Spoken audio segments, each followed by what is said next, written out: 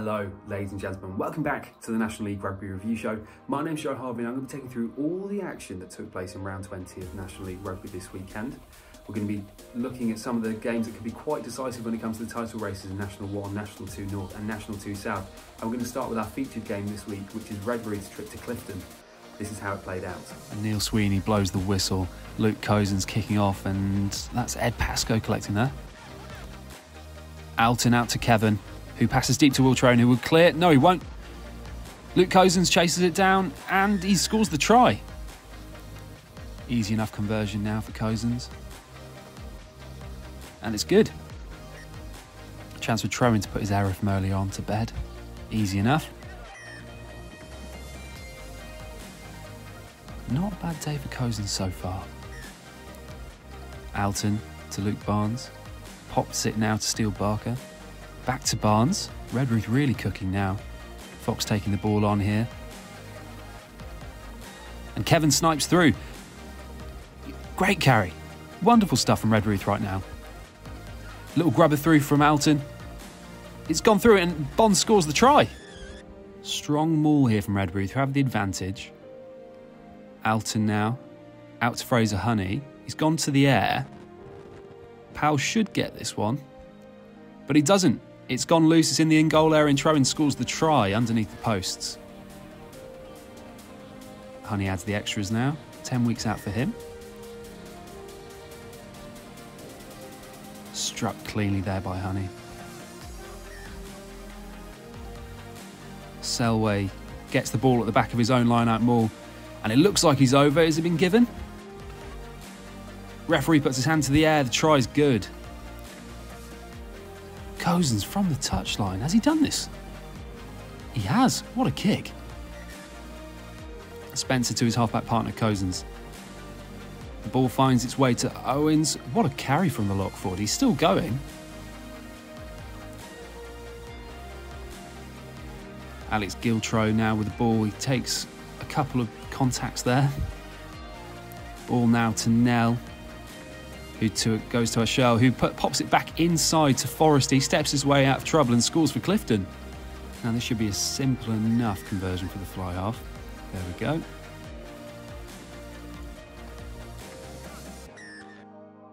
Strong scrum here from Redruth. They've been pretty good at this all day.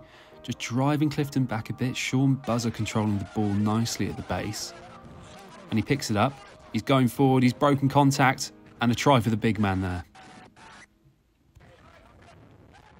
Now Owen slapping the ball to Spencer, who passes it loose. It evades Cozen's, but now Nell's broken through here. He's free. He's got lots of space in front of him. He's about to draw in those defenders, and he passes it to Powell, who will score. This will be 4 conversions for Cozen's. It's blowing a gale here today, so he's going to have to, he's had to keep that one low and driven it over. The forwards really putting in the hard yards now. They know that a converted try will win this game for Redruth. The clock ticking towards the red as well. There's pressure aplenty on this pack of Cornishmen. Alton, is he going to pass the ball here? Yes, he is. He's taking it to Honey. He's stepped 2 of them. And he's just levelled the games now. In the last minute. Look at those celebrations. This to win it. There we go. What a win. Hi Matt, so the run comes to an end, but that was a tight game, and really it was only the last play that Redruth in typical fashion managed to get over the line. How do you rate the performance and what's next? I think, obviously we've had a good run, but we spoke about it prior to the game. What was this game about? And when we played them previously down there, we were very, very second best to them, and we said that, down on that day, we said when we play them again, we want to make a difference in our performance, and we want to get better. And again, we've improved massively. We've gone from a game where we lost by 40 points to this game, obviously, where we've lost by a couple. But it's an improvement, and we need to keep remembering it's an improvement. The result goes slightly our way. We've performed just the same. We think we've suddenly beaten everyone, but ultimately we said we just wanted to improve from where we were before. We have, and there's a long way to go in this season.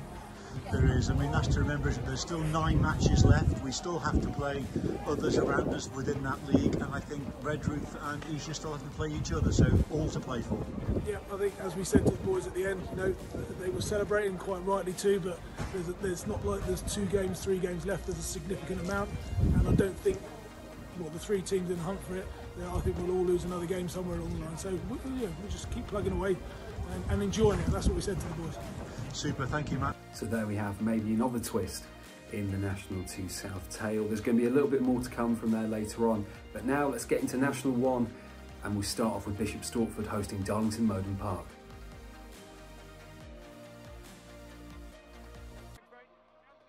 Bishop Stortford had to come from behind in order to beat Darlington Moden Park. George Shannon opened up the scoring for the visitors, a try following shortly after for Paul Jarvis. The home side got themselves on the scoreboard soon after, fighting back to take the win. Joss Linney, the man with a bonus point try. Richie Williams' Cambridge raced to a bonus point victory at Grantchester Road on Saturday afternoon. Billy Walker scored 2 of the home team's 6 tries, with Jake McLeod, Kwaku Asadu, Harry Johnston and William Wand registering the rest. Blackheath's only joy of the day came thanks to Dominic McGeekey's converted try in the 67th minute. In blustery Oxfordshire, Colby took home a well-earned win on the road to Chinner. Leading at the end of the first period 10-0 thanks to the boot of Ben Jones and a Joe Murray try, the hosts struck back thanks to the efforts of Max Titchener and Kieran Goss. From the tee, Jones gave the men from the Wirral the lead again, Mike Cartmill's late try securing the victory. Brickfields was the venue for Cinderford's hard-fought win over Plymouth Albion. In the opening exchanges, the side swapped penalties before James Williams scored this game's opening try, after Plymouth's George Mills was sin-binned for a high tackle. Matthew Lane and Nathan Taylor would add 2 more tries for the roadside, whilst Dan Pullinger's try and Tom Putt's boot allowed Albion to pick up a losing bonus point.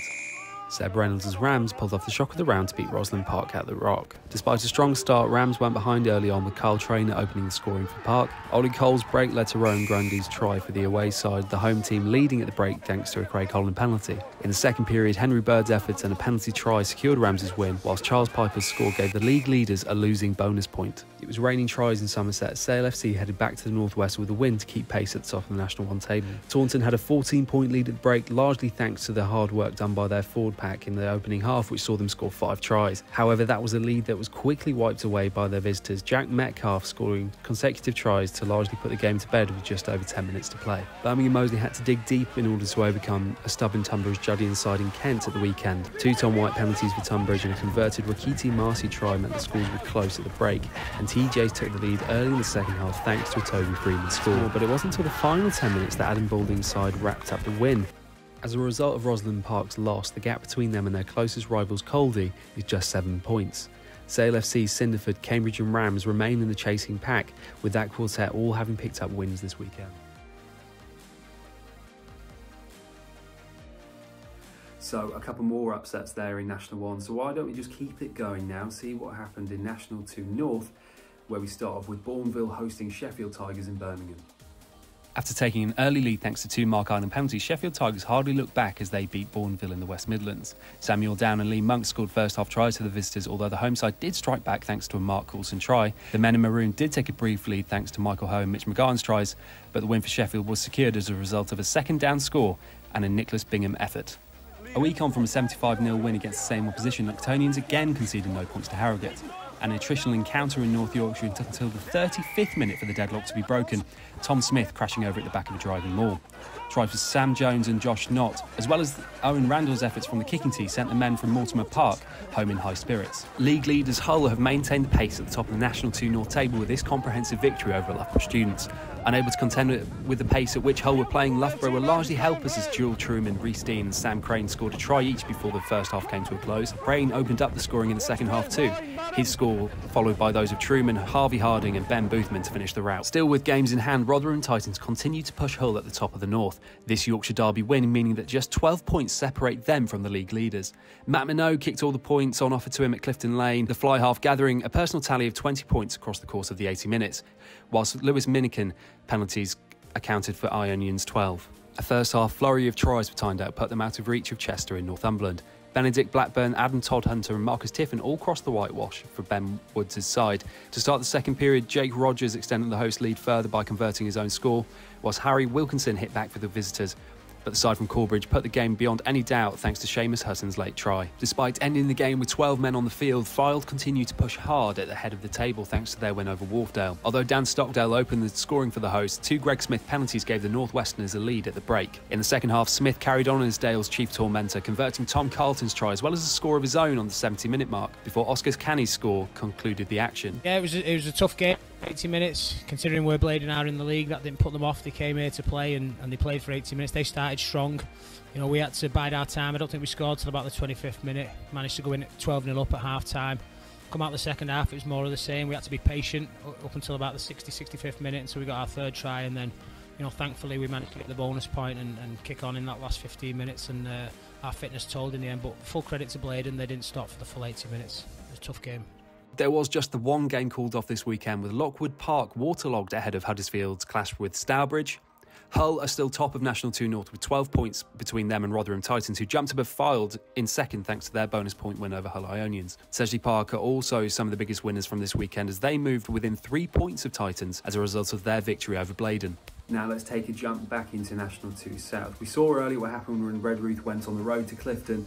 Now let's see what happened elsewhere, starting off with Bury St Edmunds versus Leicester Lions. In a hotly contested encounter, Bury St Edmunds narrowly beat Leicester Lions. Largely fought in close quarters, most of the game's scores came from the forwards, the home team taking the lead into the break as a result of scores from Toby Hill and Robert Conquest. Leicester took the lead briefly thanks to tries from Devon Constant and Alex Wilcoxon before a late Levi Roper try and a Charlie Reid penalty saw the home side to victory. Canterbury scored 8 tries at the Marine Travel Ground despite a slow start against Barnstable. It was the team from Devon that took an early lead, Carter's try and the boot of Murphy giving the visitors a narrow lead before the home side stretched ahead. Tries came from Will Young, Kieran Braithwaite, Frank Morgan, Thomas Best, Jesse De Vries, Tristan King and William McCall, and that put Canterbury out of sight, the win sealed by a score from Jonathan Carter. Henley Hawks scored 6 tries to stun Esher, who led League 2 at the start of the day at Molesey Road. James Davis began the scoring in the opening exchanges, with tries for Alex Harms and Ruben Norville following before the 15-minute mark. Henley had the match won with a bonus point score before half an hour was up, a jolt for the leaders, and Henley still very much in the hunt. Owen Thomas's late conversion in the closing stages of Guernsey's encounter with Barnes secured the Channel Islanders a win over their West London neighbours. It was the away team that began the brightest, scoring 3 tries in 7 minutes, Jordan Suter scoring 2 and Alex March 1. Following the break, Guernsey took a hold of proceedings. 3 scores, courtesy of the forwards, gave them the lead before Barnes pulled ahead. Michael Jameson drew the scores level with a try, allowing Thomas the chance to win the game, which he duly took. Rochford 100 nearly completed an impressive comeback in Essex after being 26-7 down at one point to Old Albanian. Naji Mundicha opened the scoring early on, but OAs took the lead not long afterwards, with Alex Newt scoring 2 tries. Thomas Stileman and Nico DeFeo handing the visiting team their commanding lead. Rochford swung momentum their way thanks to a Machu Nabogi score before the break, 2 Chris Dudman penalties reducing the deficit further, although the game was won by the men from Hertfordshire thanks to a second DeFeo score. Following their first win in almost 2 years last weekend, Westcliff were unable to build on that positive momentum. They came up against a Hinckley side that had to come back in the second half, having trailed 12-0 at half-time as a result of Jack Hodge and Sei Ajegbi scores. By the 50-minute mark, Hinckley had the lead as a result of Shay Nixon, Alex Salt and Toby Baldwin crossing the try line and essentially deciding the result. 13 tries were scored on the south coast as Worthing beat Dings Crusaders in a match with almost 90 points.